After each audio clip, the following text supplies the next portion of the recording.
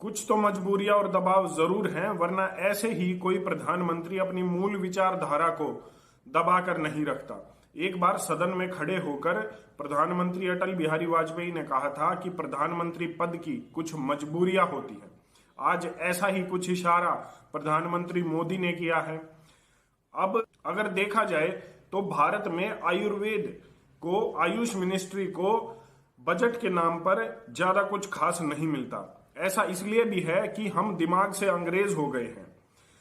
जब तक कोई बड़ा डॉक्टर बड़ी सी गाड़ी में नहीं आता और अपॉइंटमेंट के नाम पर हमसे पहले 1000 रुपए की पर्ची नहीं कटा लेता, तब तक हम उस व्यक्ति को बड़ा डॉक्टर नहीं मानते। यह हमारी सोच हो गई है। आज तेज जिंदगी है, लाइफस्टाइल है, और उसी तरीके से हमने अपने इस सोच को बना लिया है। 25-30 साल जिंदगी के 35 साल हम कुछ भी गलत सलत खाते रहते हैं।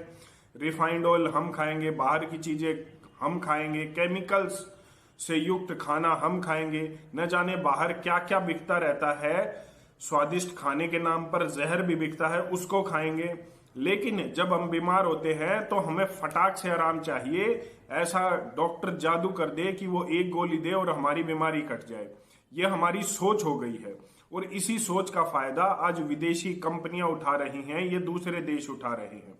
लॉकडाउन के समय में अब कोरोना की समस्या है, पूरे देश में लॉकडाउन है, तो इसमें मोदी ने अब लॉकडाउन 2 जब अनाउंस किया है, उसके बाद आयुष मिनिस्ट्री ने स्वास्थ्य और अपना इम्यून सिस्टम मजबूत करने के लिए कुछ गाइडलाइंस, कुछ सुझाव दिए हैं।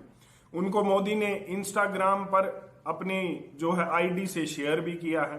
अब इससे ज्यादा एक प्रधानमंत्री कोई भी, आपको चाहे वो कोई भी प्रधानमंत्री हो, भविष्य में भी कोई भी आएगा, तो इससे ज्यादा इशारा वो नहीं दे सकता है।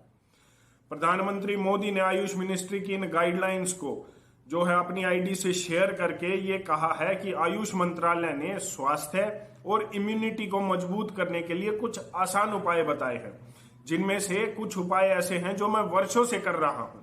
इससे ज्यादा इशारा कोई प्रधानमंत्री आपको नहीं देगा कि हमें अगर बीमारियों से बचना है तो हमें आयुर्वेद की तरफ लौटना होगा।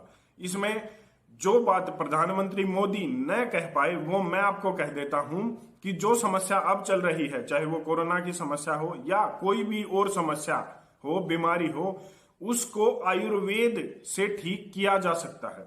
ये वो बात है जो प्रधानमंत्री मोदी नहीं बोल सकते, मैं आपको बता रहा हूं।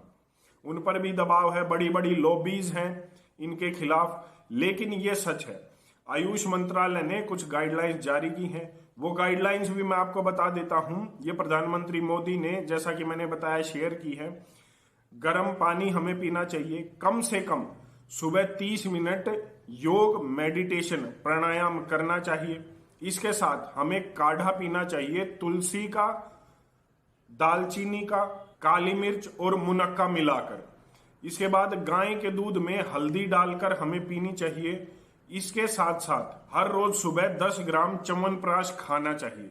ये अच्छी कंपनी का ही लें, अगर हो सके तो ऐसा लें जो किसी भी गुरुकुल या गौशाला में तैयार किया गया हो, मतलब जिसमें केमिकल्स कम हो, वो सही मायने में च्यवनप्राश हो, ताकि आपकी इम्यूनिटी बढ़े।